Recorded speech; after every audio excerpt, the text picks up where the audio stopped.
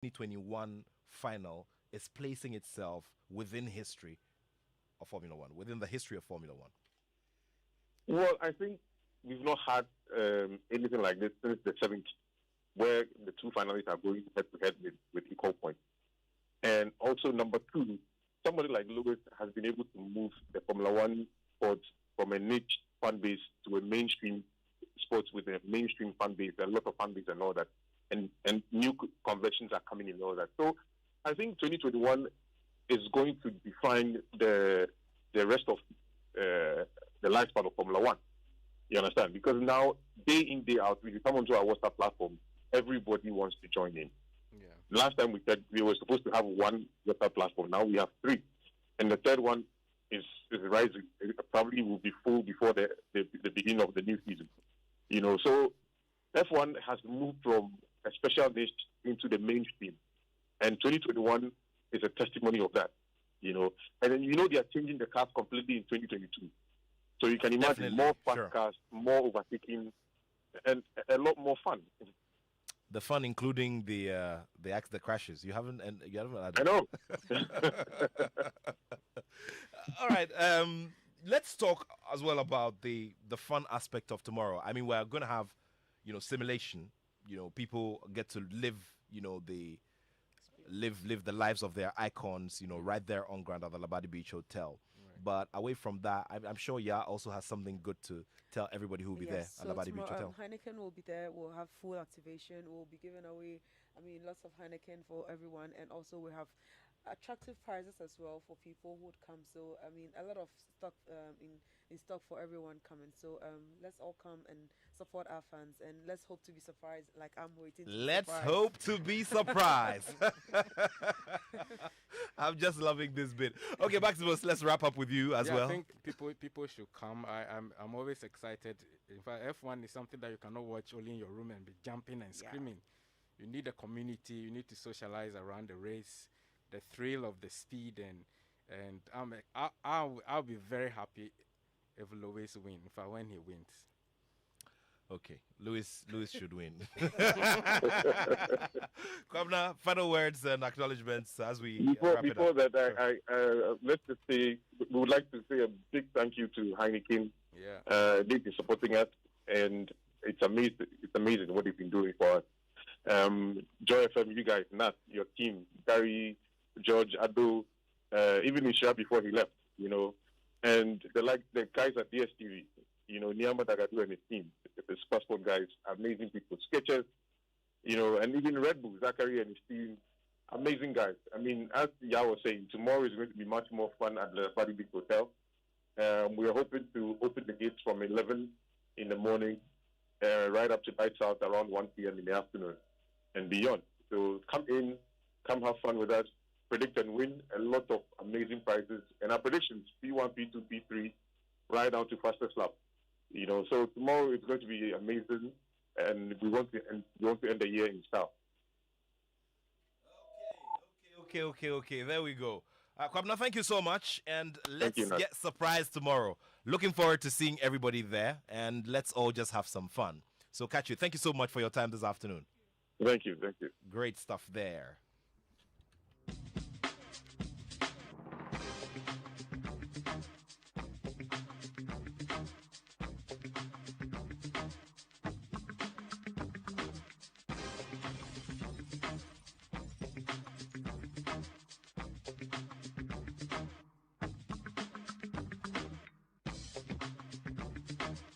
Max Verstappen or Lewis Hamilton? Big question indeed. We'll see how it goes tomorrow at the Labadi Beach Hotel. This is the Joy Sports Link on Joy99.7 FM. It's a big boxing conversation here for very important reasons. The fact that Ghana's Joseph Agbeko and Richard Comey are involved in very, very big fights. For Richard Comey, he gets the opportunity to fight there at the Madison Square Garden, an iconic ground for stories that have made the sport of boxing. He has the opportunity to also make his story relevant. And that opportunity is challenged with a big roadblock. The roadblock in Ukraine's Vasily Lomachenko. A man who has a very good foundation in his amateur career. Filled up with over 350 amateur bouts. Upon assuming his professional career, Vasily Lomachenko immediately got the opportunity to fight for world titles. And of course, he didn't look away. As the situation stands now in 2021, he's credited for being a 3-time world champion. At a certain point in the lightweight division, he held 3 of the titles. And so it's all for him to take today. But of course, away from all of that, the man Vasily Lomachenko comes up against a Ghanaian warrior in Richard Comey. Richard Oblite Comey is looking forward to getting back to that space where he previously belonged. Because, of course, in the world of boxing, the ultimate is world championship. What links the two of them is the fact that they have fallen to a common foe in Teofimo Lopez, who interestingly has lost all his 3 titles to Australian George Kambosos Jr. So there's a lot of twists and turns in the lightweight division. There's a lot of attention, global attention at that, on the lightweight division. And so we want to throw the focus on the lightweight division because of the Ghanaian interest. And the icing on the cake is the fact that our man, Hans Mensah Ando, the host of Fan Zone on the Joy News channel, is there on the ground and has been bringing us a lot of in-camp information from both sides. He'll be joining us from New York live as we have this big conversation. And then away from that as well, Joseph Agbeko, a man who largely was considered as one who was just gradually closing the curtains on his career, just gets another window. And it's for a major world title, the WBO Bantamweight title, against the Brit, Paul Butler. And he came in as a replacement for John Real Casimero, who previously defeated another Ghanaian, Duke Micah. Can Agbeko rise above all the speculation and all of that and win this one and bring a world title home from Dubai tomorrow? Well, the conversations are here. Joining me is a seasoned broadcaster with decades of experience, a sports administrator who has popularized something which previously was a favorite pastime on the streets, in our homes, at our parties and all of that. Pioneering president of Ghana Arm Wrestling, and most importantly, Secretary General of the Sports Writers Association of Ghana. Charles Osei Sibe, the barrister, is my guest.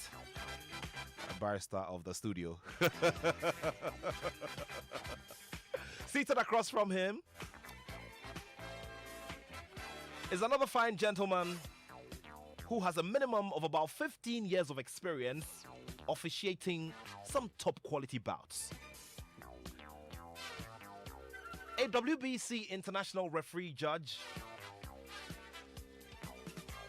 who has officiated some of the biggest profile bouts here on the African continent. He's also a member of the WBC Ring Officials Council and comes to this conversation having monitored and having even officiated some bouts involving the man Richard Comey.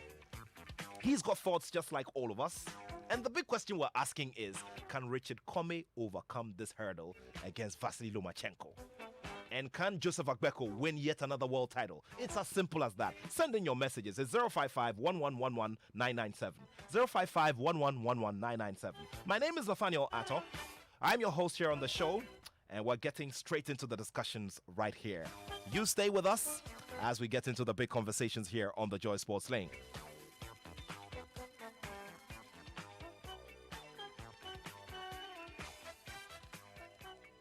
Joy 99.7 FM.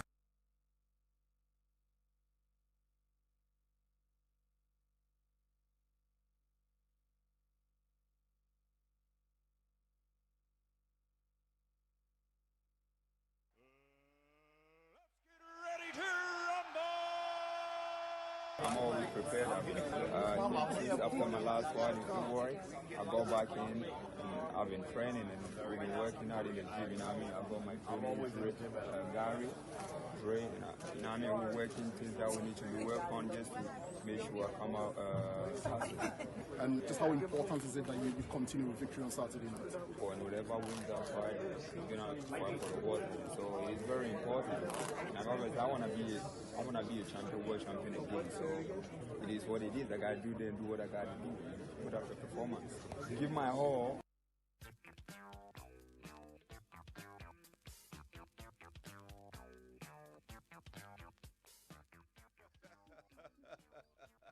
You don't want to know what kind of conversation we were having off air, but thank you so much for staying here with us on the Joy Sports Link on Joy99.7 FM. I'm here in the studio with referee Michael Nikwe, who is a WBC international referee judge with years of experience handling so many important bouts on the scene, which have been televised to different parts of the world. Also seated next to me is the General Secretary of the Sports Writers Association of Ghana, who have an important evening coming up in a few days, and that is to honor those who have excelled over the last sporting calendar year. Now, reaching us virtually from New York City in the very cold weather is my man, your man, Hans Mensah Ando. He has been bringing us some in-depth coverage of the happenings ahead of this very big bout. Now, between myself, Charles Osesibe, and Hans Mensah Ando, there are many stories to tell from the city of New York, where we've covered a lot of boxing, especially the place Madison Square Garden, which holds a lot of history when it comes to boxing and how its stories have evolved. Let's begin with Hans. Hans, good to see you. You look like you've handled the cold pretty well. Yeah, well, I've tried. Not good to see you. I've tried my best. They tell you about the cold weather out there in the West, and sometimes you think that is overrated, but when you experience it, you get to understand that, whoa, this is on an entirely different level. But hey, like Comey said, we got to do what we got to do. So here we are. No, we got to do what we got to do, Charlie. We the Jamestown boys, we don't play like that. We got to do what we got to do. Michael, good to have you in the studio as well. Thank you for having me. Yeah, sure. And Michael also operates in the beverage industry, and we need to get him to. He has to come and sponsor the Swag Awards first of all, and then after that we can talk about the rest. And then we'll collect some money for him for LPMs and stuff as well. All of that. Now, Charles, a lot of memories from the Madison Square Garden. And I don't know what is running through your mind as we build up to this one, but it sure is a very, very important night. But let me begin from Hans. Hans, I want you to tell me what our colleagues, are saying ahead of this bout. Lomachenko, Comey, and who is likely to win it. In these few days that you've been there, going around, picking views and all of that, what is the gauging ahead of this bout? I've interacted with quite a few people. I had a conversation yesterday with Tyson Fury's trainer, Sugar Hill, and I had a conversation also with Jamel Herring, who is a former world champion, recently lost to Shakur Stevenson. I had a conversation with Terence Crawford, welterweight champion. All across those conversations, you do get a sense that, Richard Comey is known. Richard Comey's abilities as a boxer is respected. Richard Comey has that recognition. But they all tip Lomachenko to come out tops by the end of the fight on Saturday night. Naturally, Loma is going into this fight as a heavy favorite, but there is also the sense that Richard Comey can pull a surprise, an upset in the manner that George Kambosos did with Teofimo Lopez. So, you're tipping Loma to win, but nobody, absolutely no one is writing off Richard Comey. And for most of the people I've spoken to, when they talk about the fact that Kwame is more than capable of pulling the surprise, pulling an upset, they talk about the fact that he's got power in his right hand, and he utilizes it. He's been seen utilizing it in many of his fights, and so they know that if that right hand lands and finds it marked properly, he can do a lot of damage to Lomachenko. Also because Kwame obviously is the bigger opponent here. He's taller, he's much bigger, he has a longer reach. And so, nobody's writing him off primarily. Nobody, absolutely no one is writing off Richard Kwame, although they all acknowledge that Loma goes into this one as a heavy favorite. Well, Lomachenko going in as a heavy favorite. I don't know what you out there also think, and that's the reason why you have to join this conversation as well. Hello to all of our friends who are joining us via our live stream on YouTube. Remember, we're also streaming on the Facebook page of Joy99.7FM, and you can also reach us on Joy Sports GH with your comments and your thoughts as we build up to this very, very big night of boxing involving Ghanaians. And while we do all of that as well, would want to see if boxing can make its way to the biggest prize at the upcoming SWAG Awards night at the Alisa Hotel next Friday. Well, interestingly, the General Secretary of SWAG is also a big boxing person. He's done a lot in boxing over the years, has followed some of our world champions around the world, and has thoughts on this particular subject. And that's the reason why we need to gauge everybody's thoughts ahead of time. Let me come to you, Michael. I got a little worried when I saw Kwame, and I've gotten worried seeing a few other boxers at the weigh-in. Visibly, their skin is troubled after making the weight. And in this case, 134, he was just a little shade above, Vasily Lomachenko. So there's a little 0.2 difference between the two of them. Very negligible, if you ask me. But generally, how do you feel about the way both boxers have handled making the skill and making the weight requirements? It clearly tells you that both guys are really prepared for this championship. And I think that Richard Kwame has done very well. I mean, he's been in the lightweight category for quite a while now. And then initially, when he came to the lightweight, he used to have weight problems. But I think now he's very disciplined. And I'm not surprised that he's been able to stay there, I mean, to get a world championship title and then probably defended it. But I think that for the two guys, they've really prepared for the fight. And look, this fight is going to be very explosive, I must say. Explosive indeed. Charles, a big explosive fight. We're all expecting, fireworks in the ring. Well, currently, I'm just trying to picture the Madison Square Gardens Yeah. that huge building around the 14th Street? Yes. 14th on 33rd or something. 34th Street. 34th. On 34th. Yeah, sure. And I'm trying to, picture the huge OB vans that would want to carry this. With all the cables that run into the building. All the cables, we've had the opportunity to go to the ringside watching all our top boxers, fight there. And I'm sure Hans is going to get the opportunity to see Richard Kwame probably becoming a champion. Losing weight as a boxer demands discipline. It's not easy. And for you to work on your weight, if you don't take care, it can have that psychological effect on the bout you're going to have. So, first of all, working on weight is so key. It is why, as a boxer, you need to make sure that you maintain a certain weight range even before you go into weighing. If you don't, and it happens that you are overweight or you need to shed weight before the fight, it can affect you. Because sometimes you need to stop eating, eat light, drink, and all that. And it can affect you. I've worked with weightlifting, boxing, and other weight category, sports. And working on weights doesn't come easy. You need to be disciplined. And that's the reason why some of them... And if you have to work on weight before or hours before the fight, it can have a serious effect on you. We do hope that in Kwame's case, from a Ghanaian perspective, that is not what has happened. Yeah, no. I No. don't think so. I don't think so because I rarely agree with what Charles said. Shedding weight is very difficult, and if you are a boxer and then probably you are the lightweight division, the highest you should go is 140.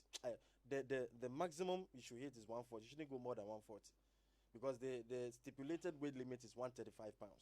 So coming down from 5, look, you are given 8 weeks or maximum 10 weeks to prepare for a fight, and I don't think it should be a problem. You probably being at that high weight and then wait till probably a week and then try to make probably reduce those weights. And I It's- remember, it becomes I remember the a case. challenge. I remember seen the this. case of, I remember the case of Isaac Dogbe when he was going in for that bout, the very first one against Emmanuel Navarrete, where he had to resort to a lot of different means to get the weight and make it. It was difficult for him, and eventually Because it took a toll. if you don't make it and you are the champion, you will lose the title on the scale. Sure. You'll be given 2 hours. If you can't make it right on the spot, you'll be given 2 hours. Come back. So after the 2 hours, if you can't make it, you lose the title on the scale. Right there on the scale. Right there and on then the you scale. go into Sure. the You fight, go and into the fight. irrespective Yes. of the result, Yes. the title is Yes. gone to the other Exactly. boxer. Exactly. Sure. Well, send in your messages. We're having this conversation in the studio and having big contributions as well from Hans Mensah Ando, who is our fight correspondent, bringing us coverage from New York City, where the fight will be held at the Madison Square Garden. 055-1111-997, prefix with +233 if you are outside of Ghana. Hans, what do you make of the body language of the two boxers? Now, I'm bringing up this issue of the body language of the two boxers because of what we saw just a few weeks ago in that bout between George Kambosos Jr. and Teofimo Lopez. And I remember very well that it was a very, very acrimonious lead up to the fight where there were fisticuffs, there were, very unprintable words exchanged at the weigh-in ceremony and all of that. And you could see the hatred. I mean, this was proper disrespect being shown to each other. And there you see Komi and Lomachenko, who are very calm and are having smiles at each other, hugging each other, at the face-off. Well, I mean, I think that, in boxing, different characters sell tickets. You have got to assume a certain character, to enable you become the sort of draw that people are going to pay to watch. For Komi, I think that he's this likable person. I mean, talking to people, that is how he comes across as this, very nice guy, likable. For him, all of this is not personal, it's just business. And so he sees no need to sort of get into any sort of acrimony with anybody. There's a sense of, well, not a sense, there's actually mutual respect between Lomachenko and Komi. And it's not just in terms of the character, it's also in terms of what they come to the table with as boxers. Lomachenko quite respectful of Richard Komi. At the press conference, at the final press conference, he did mention that, look, it's not going to be an easy fight for him, even though he's prepared very well for the fight and is fully bent on getting victory. He mentioned the fact that Komi has got power. He has got all that movement. I listened to Lou DiBella, who is one of the reps of Richard Komi, also, allude to the fact that, well, Lomachenko has got one of the best movements in the boxing ring that he's seen. In fact, he says that in this era, nobody comes close to Lomachenko when it comes to leg movement or footwork in the ring. But he did warn that they are coming with everything and that Komi was going to give him a fight.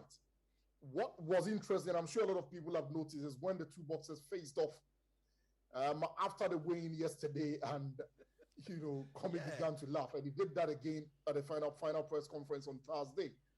So I think that for him, he's creating this image of a very likable person, somebody who doesn't think that he needs to antagonize his opponent to be able to sell tickets or become a top draw, but who simply wants to put up a good show. And that's another thing that people reference, that Come's fights are usually explosive, win or lose. Reference is made particularly to that fight against Robert Easter Jr. in 2016, and just how close the fight was. A lot of people actually think that he won. So yeah, I mean, people have come to know him as that person who is respectful of opponent, as that person who is likable, and they've bought into that image. So ideally, you want to see two boxers have a go at each other before the fight, but even as nice as they've been towards each other, people still expect that we are going to have an explosive fight on Saturday. The smiles and the light laughter from Come, yeah, does that in any way indicate confidence and the projection that he has this under control? Because normally when you see people do that, it brings a certain, conversation about confidence, or it sends a very unconscious message about boosted confidence and how I've got this under control. Look, some guys are very excited when the opportunity is being presented to them. I mean, he has wished to fight Lomachenko for a long time. So I think that he's very excited. The confidence level is also high. And I think that, look, Usyk did that to Anthony Joshua.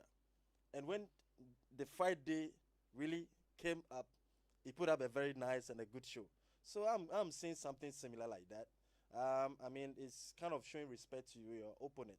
And I think that Come is very excited about the opportunity and is going to make good use of this opportunity. Nat, gestures at weighing and on such platforms are part of the show business around boxing and such events. So I feel that whether Loma or Come, they are all into show business. It's part of the game. Now, for some of them, they are coached. They are given specific training on how to make show business attract, viewers or patrons to come see your fight.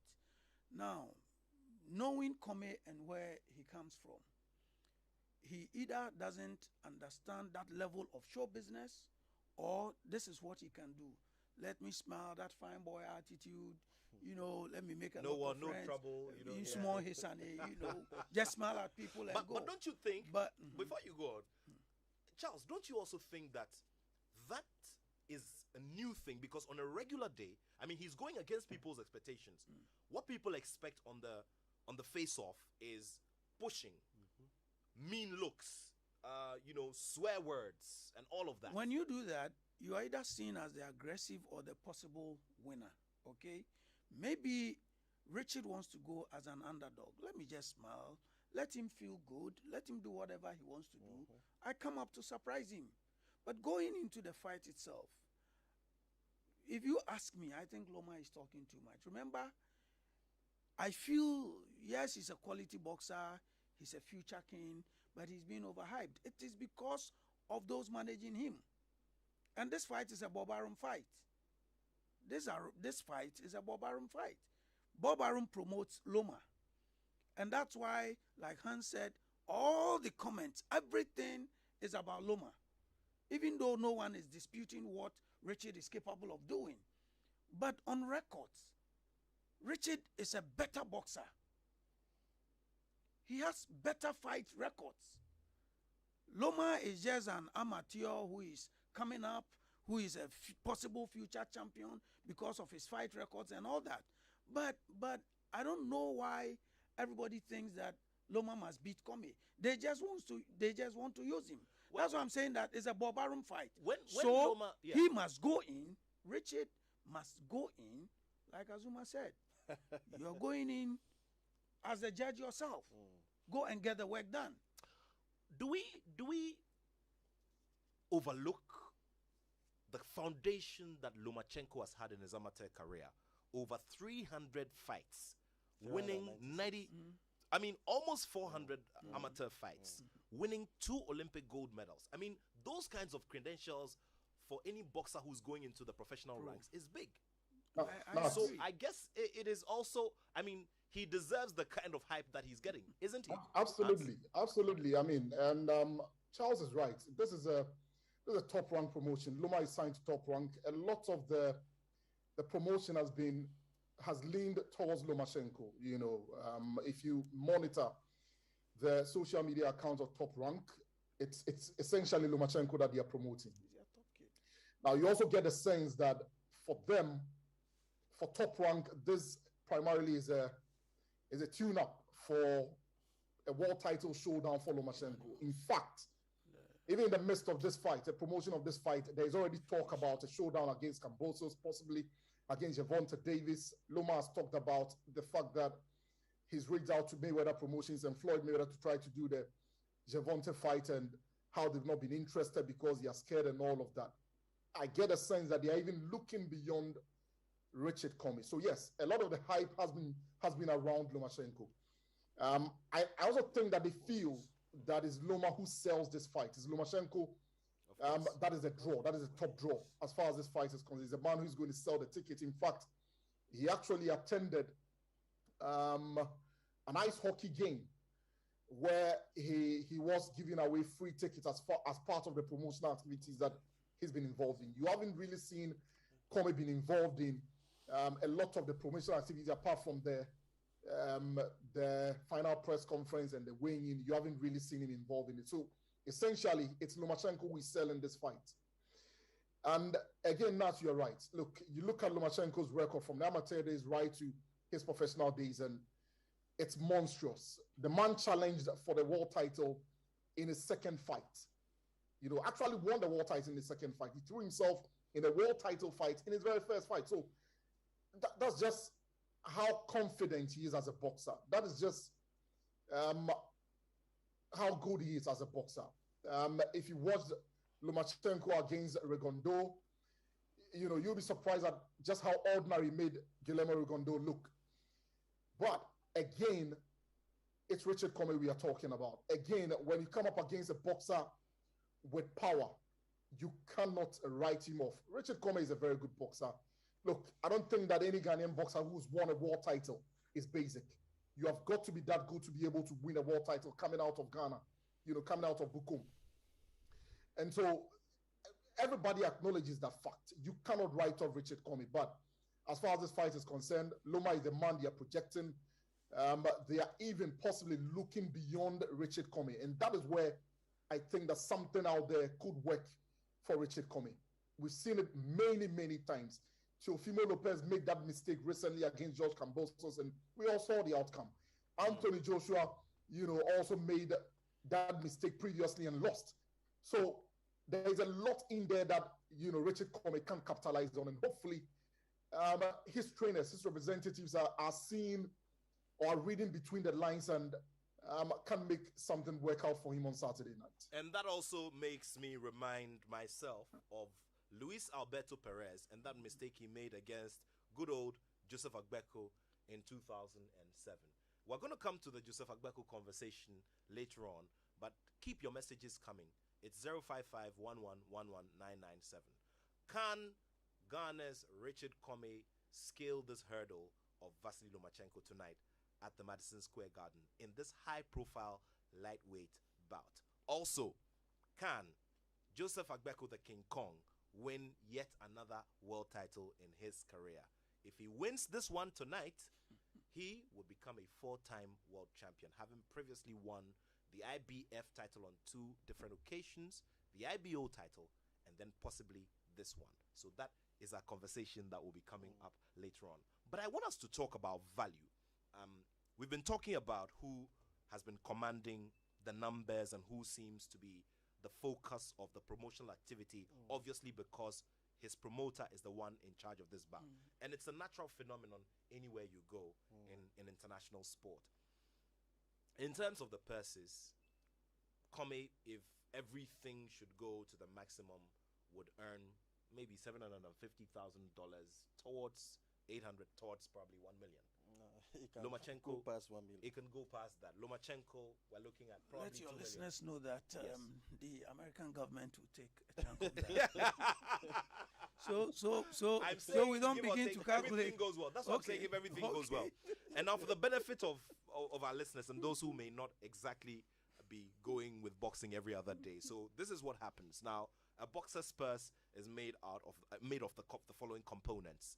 It's sponsorships, pay-per-view money, which is television buys or spot buys on television, and then of course bonuses which come from within the camp, or bonuses which are promised by the promoters. So these components make up the purse. Of course, we are not talking about net figures, we're talking about gross figures here. So net, Richard Comey is assured a net of $250,000. I haven't told you to pick a phone and call him. No. So net, true. you pick up $250,000, and and so the thing about value. What is your expectation of Michael Amobediako, his manager, and the whole team at Streetwise Management, so they could also take advantage of these opportunities and apply themselves to some of these, activities?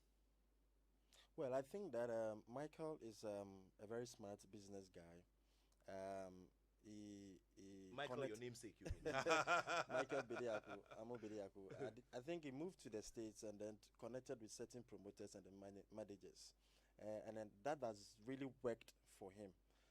In the sport of boxing, it's purely business.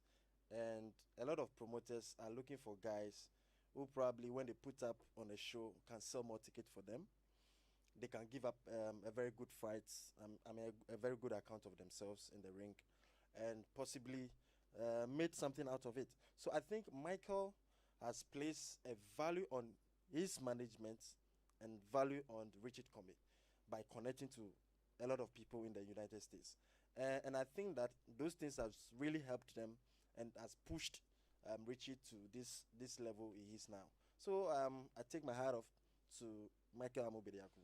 And I think that the Streetwise management team, they are doing excellent. They are doing very well. And they are probably signing a couple of Ghanaian boxers again. And I think that something good will come out. Probably when Richard Comey is at that level, we can have Ghanaian guys also coming up to becoming world champions under this management. So the value is excellent, is very strong. And I think that we're going to produce a lot of world champions through that. I'm also looking at a situation where Richard Comey can go beyond this fight and start earning figures that are double or triple this. So this how he can do it. Like Hans said, if you look at the team around Loma, they're looking beyond Richard Comey. Okay? I feel that the focus of Richard should be beyond Loma. He should tell himself that, look, this is a comeback opportunity. He lost his title exactly 2 years ago. I think it was on the 10th. No, on the 14th December. Yes, exactly. He lost it about exactly 2 years ago. Exactly. So he should tell himself that, look, this is a comeback opportunity for me. Because boxing is such that if you get such an opportunity and you don't make good use of it, you may not get any top opportunity again. That's it. So, for all you know, they feel that, okay, it's a makeshift, let's use him to get to the top. But you should also use them to get to where you want to get to. So the team around Richard should psych him and let him understand that, look, this is the opportunity for you to become the big boy of your division. And once he gets focused, I am confident that Richard can demolish Loma. I am confident. If he gets his acts right, he should be able to demolish Loma and be the big boy in the division. Then obviously he would go for the unification. Because once he wins, 1 or 2 fights will get him for the unification against Cambosis. So he should get focused. Loma wants to use him. He should use Loma and look beyond Loma. Not. That's it. Looking beyond, and Hans, looking beyond Lomachenko is also a win or lose situation for Richard Comey. So, Hans, I want you to look at it from that perspective.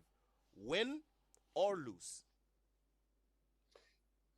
I mean, the coaches, the psychologists will tell you, you don't look beyond what is in front of you at any given moment. You focus all your attention, all your energy on what is in front of you. Of course, you are going to have a bigger plan, a bigger picture of what you want to do beyond that. But I think that the focus has to be for now on getting that victory against Lomachenko. And Charles is right. I mean, look, if Richard Comey beats Lomachenko on Saturday night, tonight, I tell you what, he just opens the door to enormous possibilities. First of all, I mean, you've been talking about the money side of things. You know, at this level, I don't think that if he was an American boxer fighting Lomachenko, he would be walking away with 250,000 net. No way. He would have been walking away 3-4 times that amount. Sure. You know. And so, yes, it comes down to what value has been placed on Richard Comey. It's difficult. I have to acknowledge. If you are coming from our part of the world, it's really difficult to command those sort of figures. It's very difficult for promoters and managers to get you that level of fight. And so a lot of compromises has got to be made. And sometimes the figures that we arrive at as a consequence of that. So you can't really place the blame on Amubediako because it's very, very difficult. Very, very difficult to get these fights. Look, I listened to Lou DiBella even showing appreciation to Lomachenko for agreeing to fight Richard Comey. Comey himself also thanked Lomachenko for that opportunity. So it tells you just how difficult it is. It's an opportunity on two fronts. I mean, 250,000 US dollars is decent money. The opportunities that will arise should he beat him is also another thing. And that's what I'm coming to. That if he beats him, we are looking at possibly fighting George Kambosos for those 3 titles that he got from Teofimo Lopez. There is also the possibility he could come up against Devin Haney for the WBC title because it's a fight that has been talked about previously. Why it didn't happen for me is because of 2 reasons. Because yes, Comey, as well known as he is in the United States, is not a top draw, just in terms of the numbers that he's going to command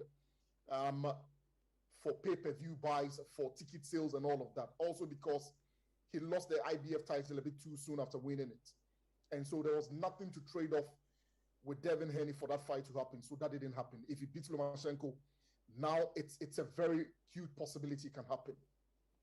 You also look at the Mayweathers and they are looking for credible opponents. You know, if they can't fight Loma, they can look at the man who has just beaten Lomachenko. And so that fight is also a possibility.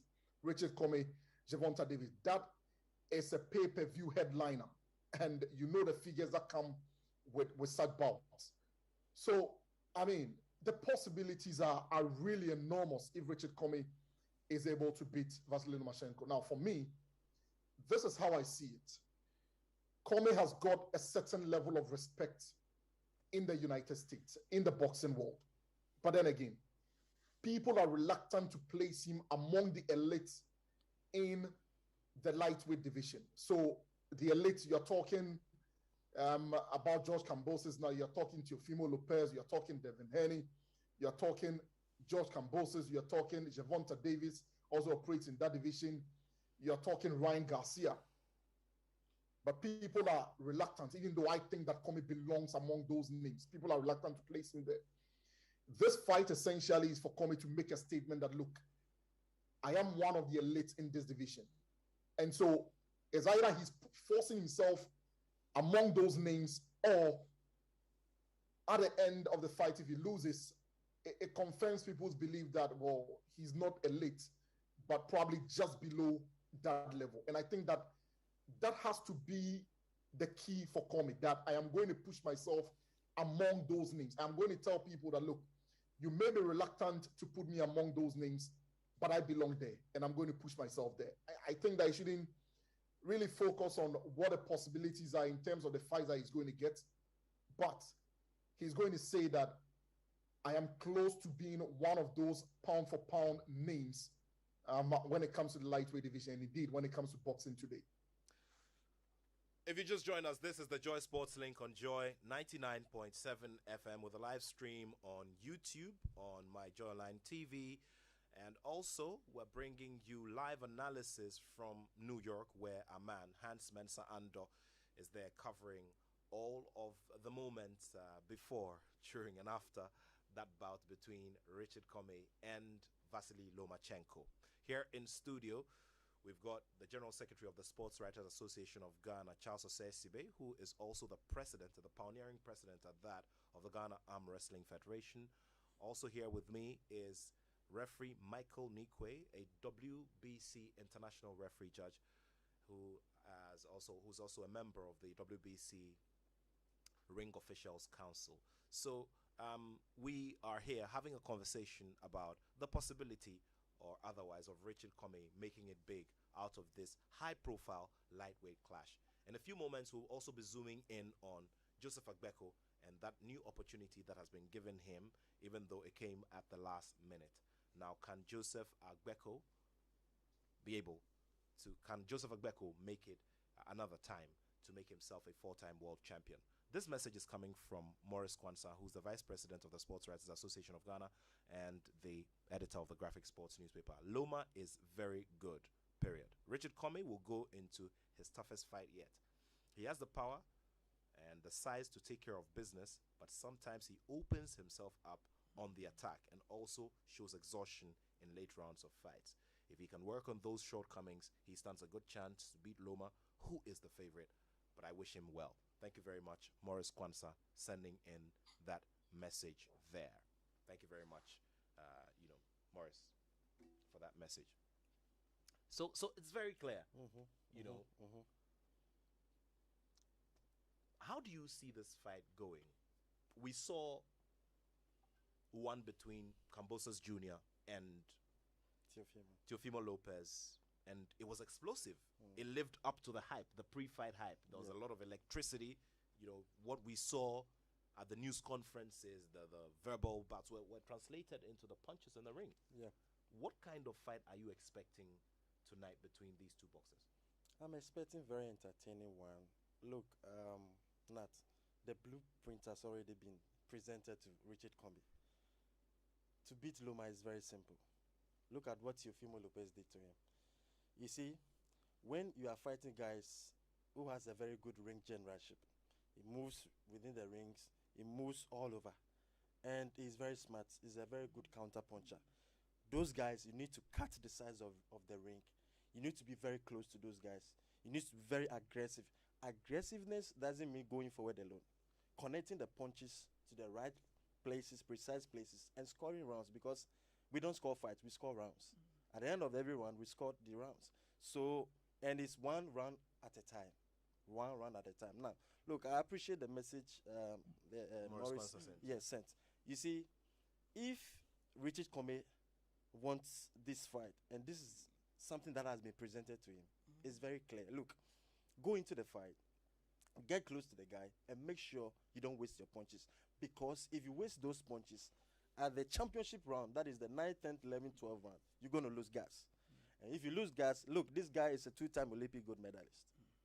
The truth must be said. He knows how to pick look, this guy is very smart. And when you look at Teofimo Lopez fight, from the 9th, 10th, this guy was he was very, very aggressive, connecting punches to the right and precise places. And the judges saw it clearly. So for Comey, it's easy. It's easy to beat Loma. It is not difficult because, look, if you stand there to watch this guy, he's going to, dismantle you. Get close to him, connect the punches, and don't give him a breathing space. That is it. The blueprint has been presented to you. It's there. Interesting stuff. Interesting stuff there. Nat, if you want to say you won't give Loma a breathing space, then you should be training constantly for like 15, 16, 18 rounds. I see Loma coming aggressive, coming with speed, coming to attack, making sure that as much as possible he wears Comey down early. He knows what Comey is capable of doing, so he won't give him any chance or chances. He would come fast and make sure he finishes Comey as early as possible. It's a calculated risk Loma has taken, and there's a reason. I know there's a reason he took up or he agreed to fight Comey. And as part of the plans to win this fight, look, he would adopt a number of strategies. Okay? I need to attack. I need to be aggressive. I need to push him to the corner. And like Michael said, his ring generalship is good. So Kome, again, if he has issues in the ring. Before you go on, by ring generalship, we mean the way a boxer moves, conducts his footwork, and generally conducts himself and, within the ring ring during a round. And connecting punches. Very well. And you see, if Kome should have issues within the period, he shouldn't make his opponent see. And not, That is it's one happened. Joshua Clottey It's made happened against, severally. Margarito. Exactly. He was, whether it was fear, whether it was anxiety, Joshua was at some point leading. And I'm sure if he had been a bit confident enough, Margarito would have given up. But at some point, after every round, he would raise his left hand and show to everybody, my hand, my hand, my hand. He was virtually screaming, my hand. The boxer realized that you can't fight anymore. He capitalized on that and won the fight. I'm saying that if Richard Kome wants to win, he must go into this bout with that gangster attitude. The way any gang will be behavior. Even on the ground, he says, Maibo. Go with some tough mental attitude and make sure that, tell yourself that I am going to do over 15 rounds. To make sure that if we have to go 12 rounds, I'll be able to stand my feet and fight this young man. Like I said, he's younger, he will come aggressive. Yes, you are ahead of him, but he has enormous fight experience. And you should be aware of him. That he can do anything. But I am still confident that if Richard Kome gets smart with his experience at pro level, if he thinks into the fight, he should be able to map out strategies to demolish Loma. If he doesn't take care, and like referee said, he should make sure that round after round he wins. The rounds must count. He must win round after round. He should stop complaining. He should do the needful. And I'm sure that if we go 12 rounds, fine. I mean, he would win. But if we don't, then it is his own fight.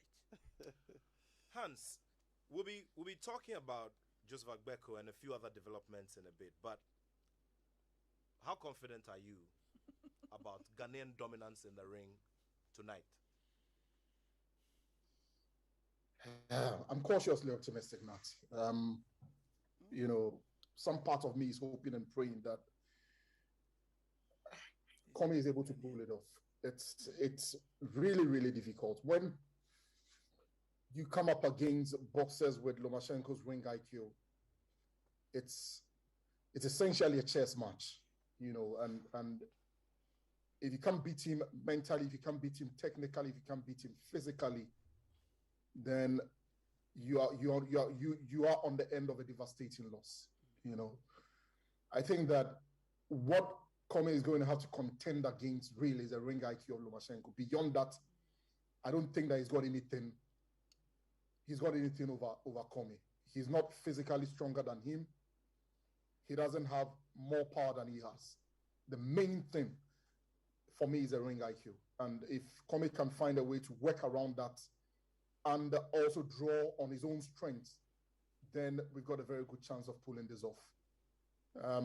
I am hoping that Andre Rosier and the rest of the team have been able to map out a strategy that, works for Richard Kome. And I have to be quite emphatic about this. I don't see Richard Kome winning on the scorecards against Lomachenko. I just don't see that happening. And it stems from the level of efficiency in terms of the punches they are going to throw and how much is going to connect. And that also comes down to the accuracy. Lomachenko is so accurate, so accurate. And you have to compare that to just how accurate Kome is. When Kome lands, he will do damage. That I'm sure of. Look, this bout is going to mirror what we saw between Joshua Clottey and Manny Pacquiao. And if Comey can go a step further than what Clottey did on the day against Pacquiao, because if you remember, if you looked at the punch start from box rec, you would realize that Pacquiao threw way more than Clottey threw, and landed way more than he actually landed. But if you look at the few punches that Joshua Clottey landed, you could tell the damage that he did on the face of Manny Pacquiao. It's a similar thing that I foresee. Also, I think that Comey must go in early to manage the fight. The fight management must begin from the very first round, because we don't want to see what happened against Teofimo Lopez. You know, the thing about the very best in the world is that they're able to attack and ground that attack in a defense. But when you look at what happened between Comey and Teofimo, that attack that resulted in a counter that sent Comey down was not properly grounded in any form of defense, because Comey threw a right hand and had his left hand down. And that's exactly what Morris was referring to a few minutes earlier. Absolutely. Yeah. He needs to ground his attacks in some form of defense. Doesn't have to open himself up even when he's attacking, and manage it very, very well. Manage the fight early on from the very first round. The key again is to ensure that the fight is not ending in the early rounds, because once we are getting into the middle rounds, Comey has a very good chance, because both boxers, are beginning to tire out a bit, and that one punch can make the difference. Again, I think that when Comey has the opportunity and find himself in a position where he's cornered Lomachenko, he needs to hammer his body. He needs to throw a lot of body punches, because I suspect that will also do a lot of damage to Lomachenko and put him in a position where he's ready for the taking in the later round. So it's about contending with the ring IQ. It's about managing the fight from the very first round. It's about, taking advantage of the moments that present itself for him. It's not an impossibility. It's a Herculean task, but it's not an impossibility by any stretch of the imagination. While we do all of this, there in the Gulf, Joseph Agbeko, who has also tasted glory when it comes to world titles, is looking forward to another moment of glory. This has come by default because he was placed in as a replacement for John Riel Casimero, the reigning WBO champion, who is unable to make the fight due to health issues and weight issues. Now, Joseph Agbeko is a man who is considered by many, especially in my space, as someone who is gradually calling time on what has been an eventful career that has sent him into legendary status. But the question we're asking ourselves today is, can Joseph Agbeko make it yet another time? Before that, however, I'd just like to ask one more thing about Richard Comey and the kind of inspiration that he's given to the younger generation. Richard has been referring to the children in Jamestown, the kids. And I'm looking at this within a wider perspective, because in recent years, on the last few years, parents who fall within different demographic brackets are now encouraging their children to play sport, because they see the kind of fulfillment and the kind of economic benefit that it brings.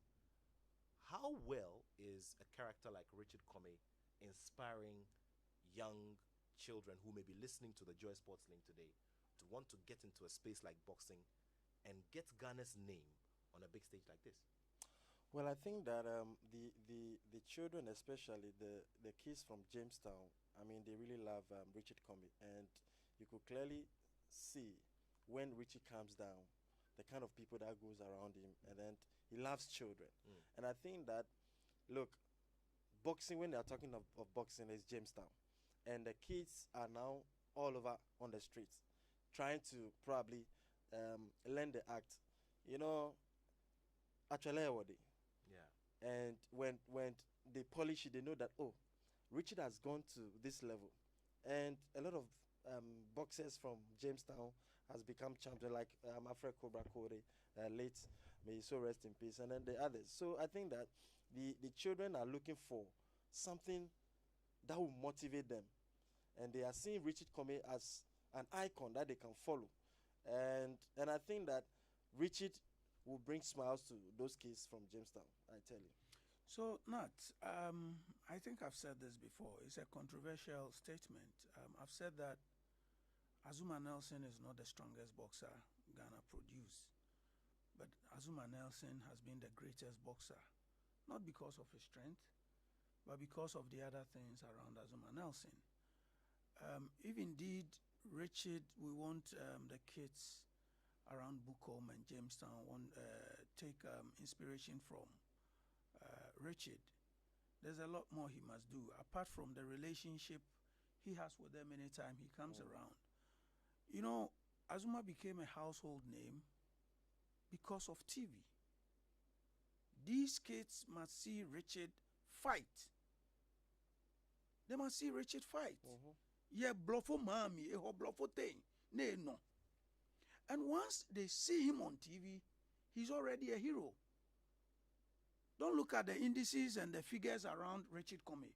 But the fact that the man is a hero, they aspire to get to where he is, even without looking at the figures. So I think a lot more should be done by managers and promoters. Spend something, lose something to make your boxer a hero in his hometown or a hero beyond Ghana. Put them on TV. I mean, which Ghanaian wouldn't want to watch this on free-to-air TV? Once we watch on free-to-air, then people will see Richard as their champion, as their hero. We want to aspire to get to the level of Richard. Again, there's nothing wrong announcing pace. The only challenge we sometimes have is that, Nat has money. Then people begin to call Nat. There is nothing wrong telling people that out of boxing, this is the net worth of Richard Comey, or this is what he's been able to do. Now, for some time now, because parents do not know the value of sports, once you go to school, even the teacher, Obano Pagrododo, and your son likes playing too much. So they see sports as agro. And I always say that people have completed universities, the PhDs, the degrees, the doctors, and they are jobless. Richard Comey hasn't been there. He's a star. He's a world hero. I won't say he's a millionaire, but he's good. That's it. Life is comfortable for him. So why don't we create employment through sports? So Nat, you should be an ambassador. Richard Comey should be an ambassador. He should begin to tell the young lads that, look, this is what I did, and this is what I've been able to attain or achieve out of boxing. So that the parents, school, I encourage them to do sports. That's it. The athlete, the track and Azamati, until recently, who knew Azamati? Nobody knew Azamati. And there are a number of rich men in this country, nobody knows them. But do sports, do entertainment, get something done. You become a household name. So please, now the question you asked, I think that apart from Richard himself, his management and all of us must be part of that project so that the young lads will emulate what he does so that in future they can do same. Beg your pardon. Let's get into Joseph Agbeko's situation now. So Joseph Agbeko is coming up against Paul Butler of the UK, and the carrot dangling before them is the WBO bantamweight title. Now, in such situations, the sanctioning body, which in this case is the WBO, will give the champion, which is John Riel Casimero, another opportunity at a later date with the winner of this bout between Joseph Agbeko and Paul Butler. Now, it is going to be so because the champion was unable to make it due to health reasons. And all of these are stipulated within the rules of boxing. That's right. But the question now we're asking ourselves is, was this a good decision by Agbeko? But on the flip side as well, you throw back to 2007, and the situation at the time when he was under Don King Promotions was not so different. When he, as the 13th contender, number 13 on the ratings, was put up before Luis Alberto Perez to fight. And he went and surprised everybody. How big a risk is it? How simple is it? Well, I don't think it's it's simple. For now, let me clear certain things on the World Boxing Organization title. It's the fight is between Casemiro and then Butler, but because of health reasons, he couldn't make it. So they sent a message to the organization. So the organization came back to them and then said that, okay, we need a formal letter and probably provide us the medical examinations that you went through. Then we can approve that, okay, now you are not, you are not good. You are not healthy, so you can't fight for the title. If they can't prove that, then they are going to strip him of the title. But if they prove that, now Agbeko and then Butler will fight for the interim title. Yes. Now the winner of this particular fight will become the mandatory challenger for the title. That is the World Boxing Organization title. So I think that Agbeko he has done it before. So, but I don't know the preparation he has gone through over the years. There was kind of, a slight ring rust. It's been long since he fought. So I don't know what he's been doing prior to this particular bout. Guys have done it before. They pull up surprises. So I'm yet to see that from our own Joseph Agbeko. He can do it. He has done that before, so I would not be surprised. But on the business side of it, it's good. It's going to make some money, which is good. Appearance. Which is good for him. Charles. Yeah, no.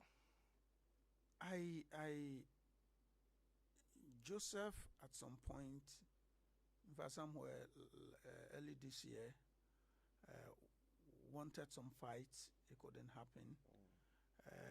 Recently, I am aware that he was planning to travel to the States for some fights. It couldn't happen. So I'm sure he was training within the period.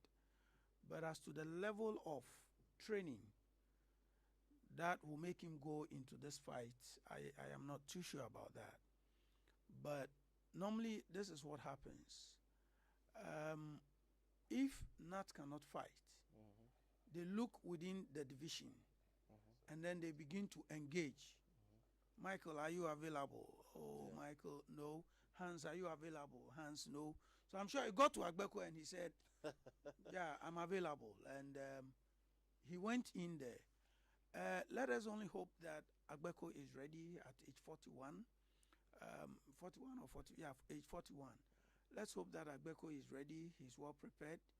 He would go into this fight with his the skill he has, the King Kong skill, so that he would be able to surprise the world and the division. But looking at Agbeko in the last 2 years, this late call, it will be very difficult for him to win. But every Ghanaian will be happy to see Agbeko, winning this fight. That will give him the opportunity to go for the title proper.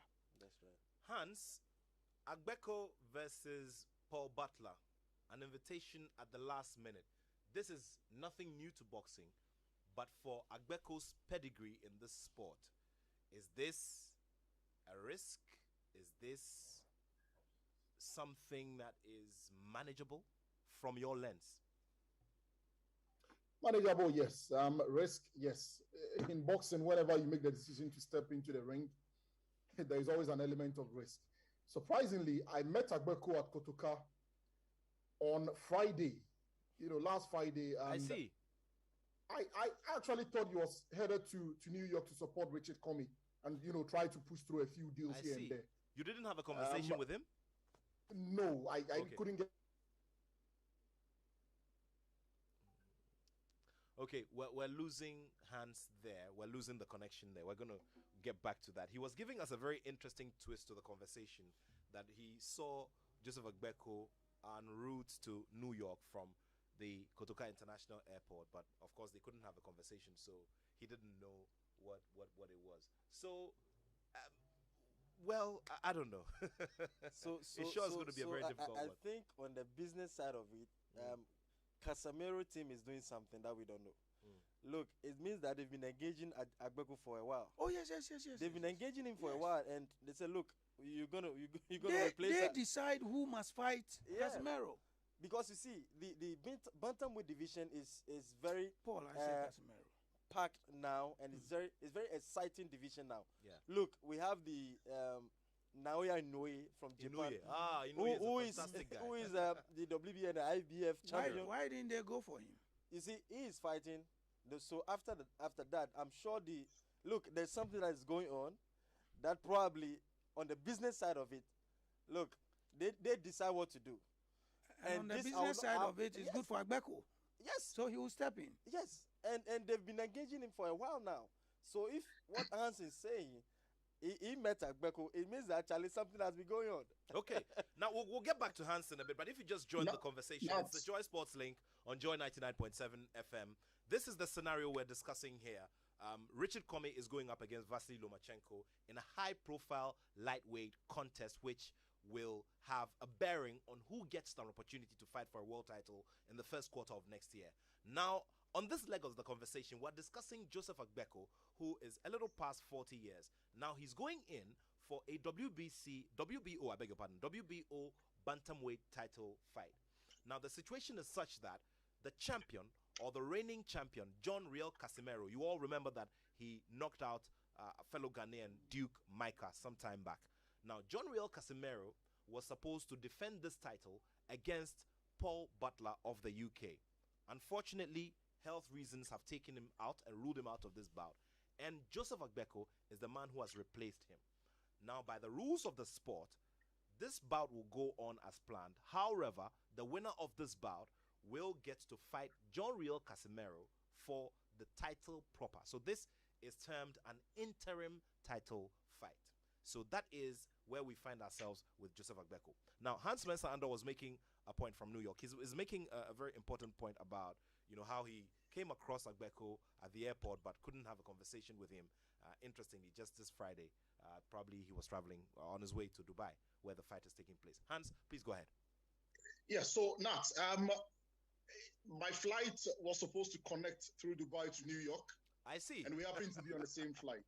I see. So, I thought he was also on his way to New York to come here and support Richard Comey and try to do a few deals of his own. But apparently, Dubai was his final destination. I think that, it's a good opportunity.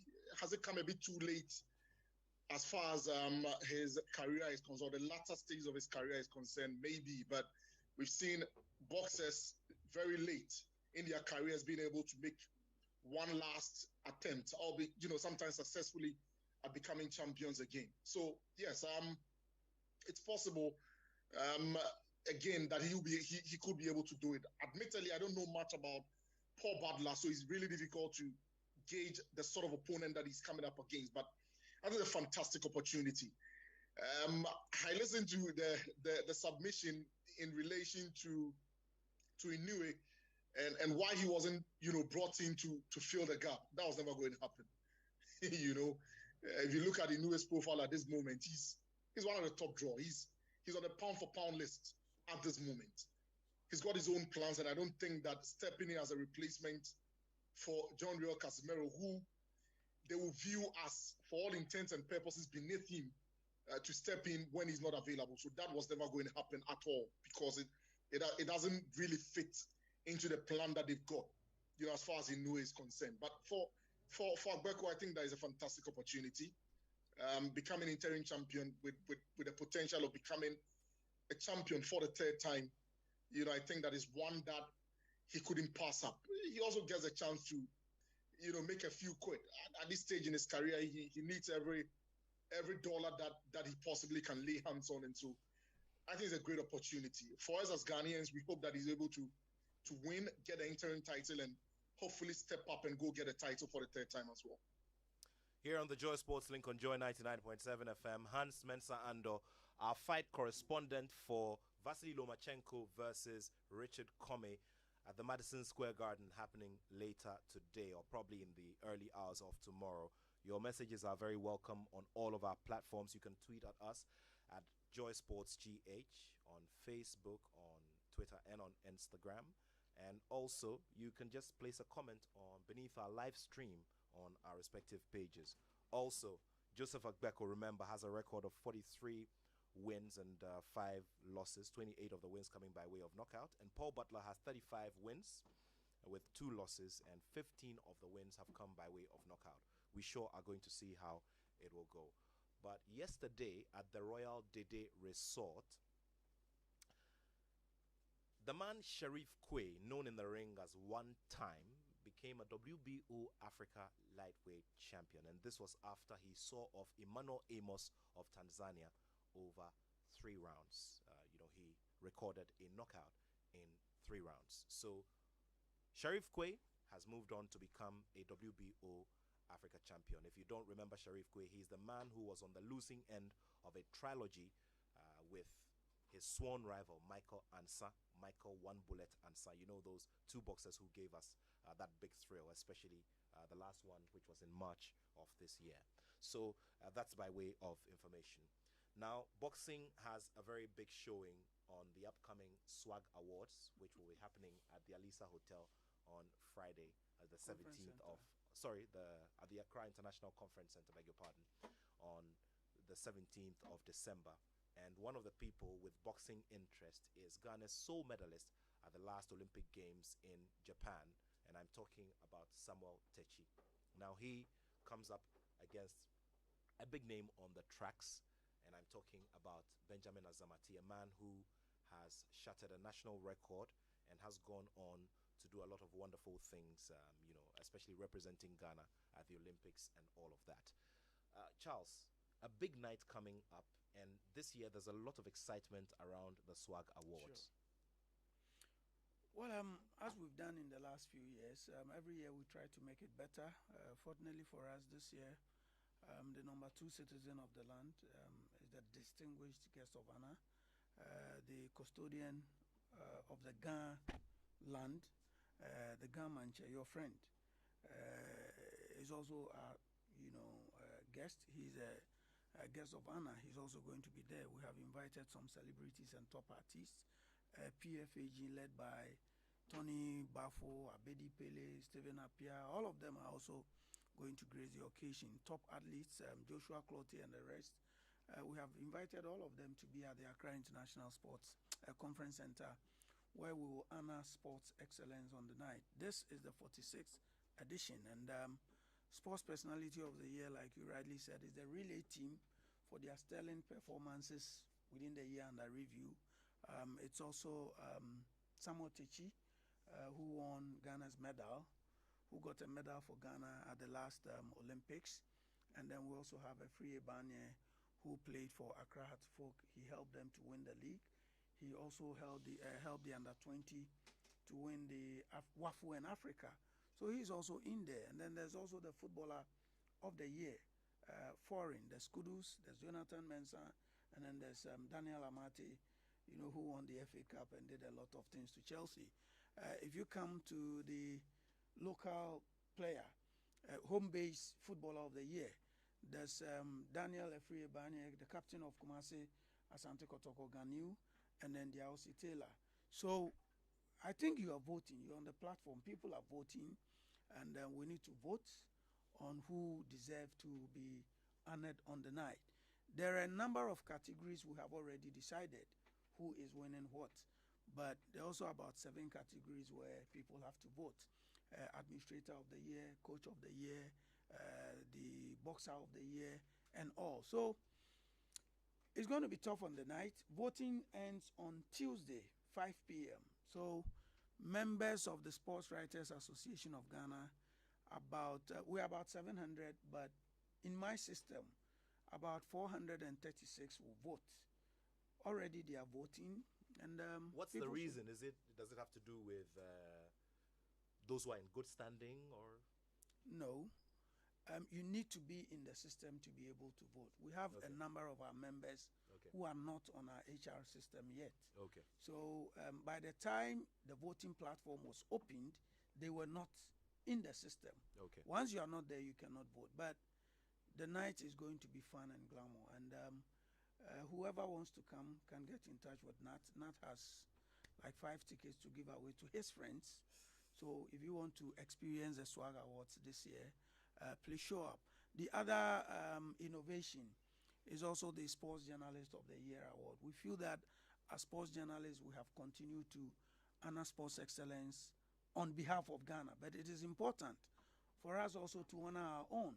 So just as it happens in the UK, Footballer of the Year, we have also decided to institute Journalist of the Year. So Swag Sports Journalist of the Year. And on the night, before we announce or crown the Sports Personality of the Year, it is the last but one award. We will honor the Sports Journalists of the Year by the Sports Writers Association of Ghana. And I'm sure once Swag says you are the Journalist of the Year, indeed, you are the best in the country.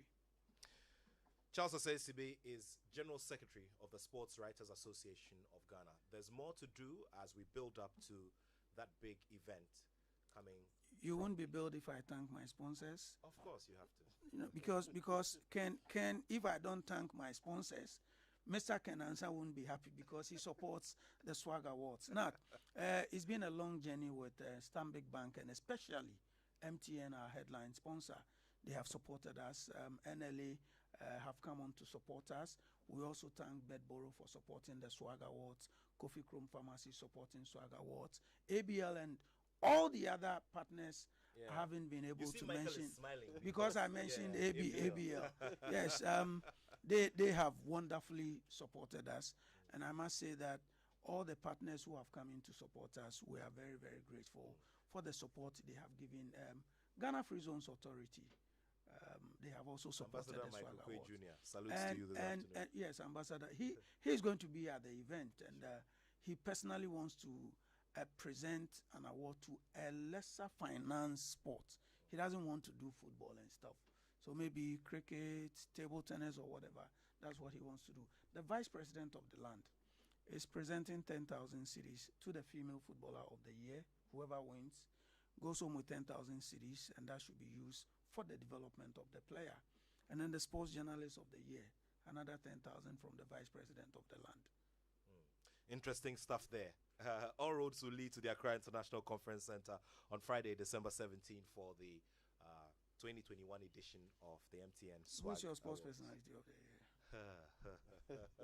Because the way you welcomed me, I didn't like it.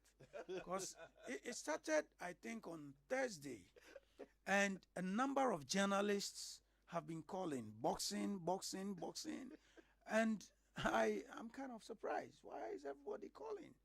Well, you know, we'd need a whole show to discuss. Let them vote. The weight.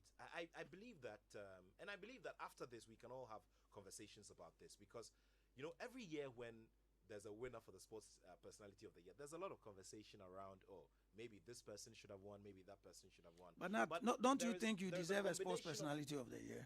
Who, me? You, yes. As a sports journalist. You don't think so? No, I'll leave that to, you know, I'll leave that to my audience and to you, I mean, the executive, because of course we're also, you know, you're also instituting an award for sports journalists of the year. For those things, I'd rather leave it for others to, you know, I always like Ghana's MC. the work to speak for me. Ghana's MC. No, but you know, yeah. So a lot of times, you know, these conversations come up, and I've seen the years. I mean, I've seen several years within Swag where there have been conversations about why this person should have won and why that person shouldn't have won. But I think that at the end of the day, it's basic criteria that the weight of the achievement that was made and also the quality of the process that you went through to achieve that. And I know that for that, many people will have different angles and different, you know, reasons why either boxer should win. I mean, either sportsman or woman should win. Look, those who are talking about boxing obviously are looking at the weight of the achievements that Samuel Techi has made at the Olympic, you know, on the level of the Olympic Games. It didn't come easy. Yeah, because you see, at the Olympics, it's been a struggle, and considering that he also broke a chain of years, of decades of not winning a single medal at the Olympics makes it a weighty achievement. But hey, let's see how it goes on Friday. Let's just go vote, and after that, we'll see how Mr. Natato, the citizen. 0302216541. We're running out of time, obviously, but we would see if we can, squeeze in a few phone calls here and there. 0302216541. 0302216541. Great news coming in, and there it is. Samuel Eto'o, the African football legend, has been elected as the president of the Cameroonian Football Federation. Drogba tried, it didn't work. Yes, and this is very, very interesting considering that Cameroon is also hosting the next Africa Cup of Nations. Your immediate reactions to that? Well, I am happy. When he was coming in, there were those who thought that he can't make it, just as it happened to Drogba. It will happen to him. But remember, Kalisha Bwala did it for Zambia, and for him coming in is a beautiful thing. I won't be surprised if one day a Ghanaian former footballer becomes the FA president. They need to prepare themselves. I won't be surprised, and I'm hoping to see this one of these days in the very near future. Yeah, and also what is important is that it is not just about having the credentials there internationally. Preparation. You need to the prepare preparation, yourself. and you need to build the constituency. I believe that is where Eto'o Drogba fell short. Yes, but Eto'o did everything for his country, and then within the football family, and he built the constituency. He built that solid constituency. Let's get on the phone line and speak to our first caller. Hello, good afternoon. Good afternoon. Thank you very much for joining us on the Joy Sports Link. Yeah, my name is Abu. Can you lower the volume on your radio set, please? Thank you. I'll move away from it.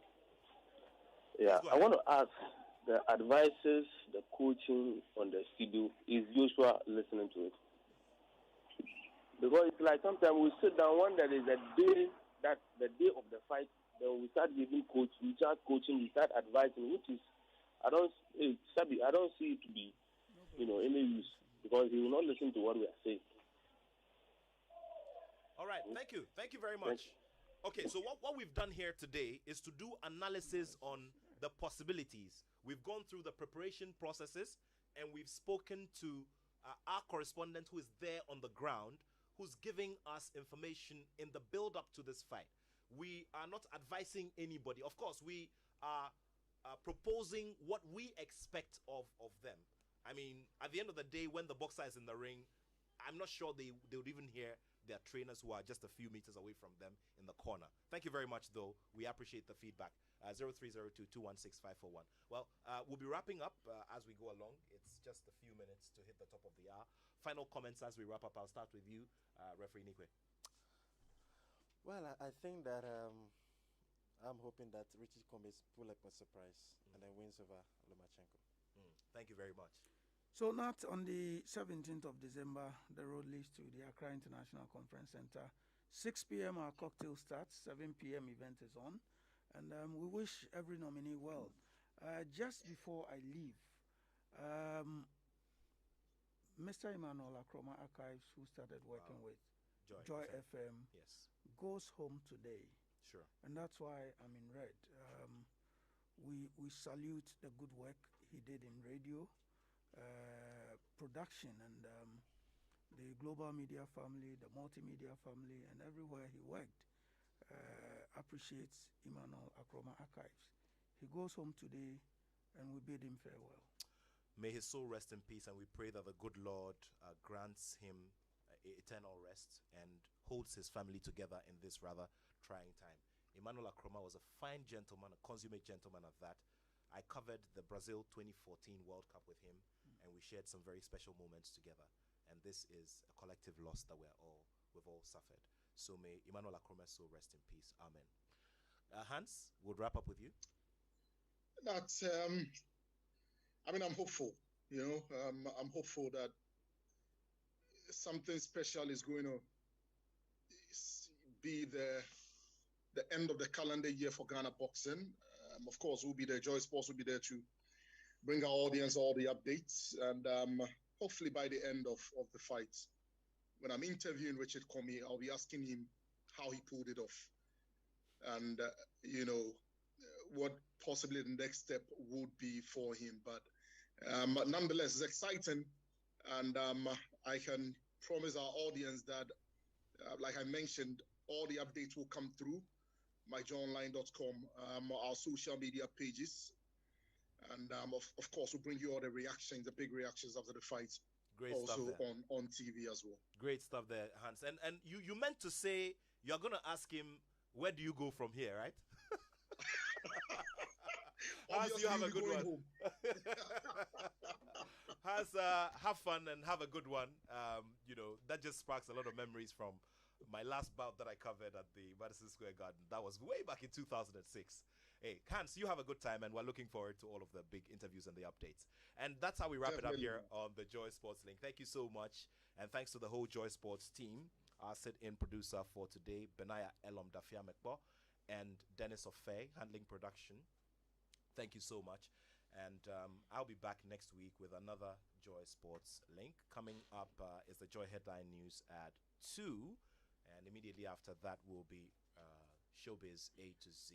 Thank you all so much. And before I go, I'd like to say a very big happy birthday to my big sister, Frederica Nanole Ajay of Prudential Bank. Happy blessed birthday to you.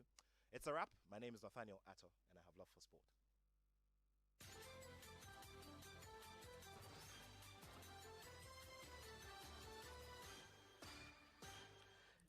Joy Headline News at 2. My name is Manuel Corenting, and coming up, government to make vaccination compulsory from January next year as it announces a raft of new directives ahead of the festive season.